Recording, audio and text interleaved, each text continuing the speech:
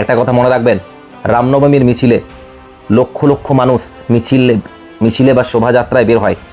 সেখানে হয়তো 10টা হিন্দু মসজিদের ওপরে যদি কোনো ফ্ল্যাগ গাড়ে বা ফ্ল্যাগকে ভাঙে বা মসজিদে আক্রমণ করে, তার মানে এই নয় যে দেশের সমস্ত হিন্দুই জঙ্গি হয়ে গেল।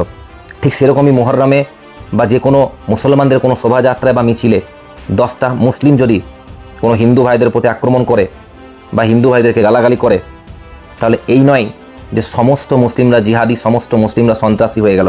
এই মেন্টালিটি যতদিন না আমরা চেঞ্জ করবো ততদিন ভাই সমস্যা।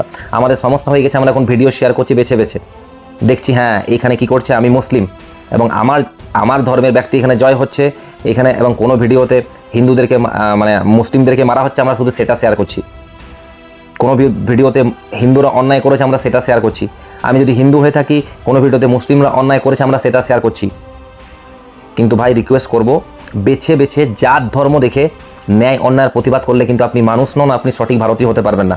একজন প্রকৃত ভারতীয় হতে গেলে বেছে বেছে ভিডিও শেয়ার করা যাবে না, বেছে বেছে প্রতিবাদ করা যাবে না যে এখানে আমাদের ফায়দা আছে আমি এটাতে প্রতিবাদ করব না, এখানে আমার ধর্মে ফায়দা আছে। If you want to be a good Indian, যদি একটা ভারতীয় প্রকৃত ভারতীয় আপনি হতে চান, যদি আপনি নিজেকে মনে করেন যে আমি একজন প্রকৃত ভারতীয়, তাহলে প্রত্যেকটা অন্যায়ের বিরুদ্ধে লড়াই করতে হবে।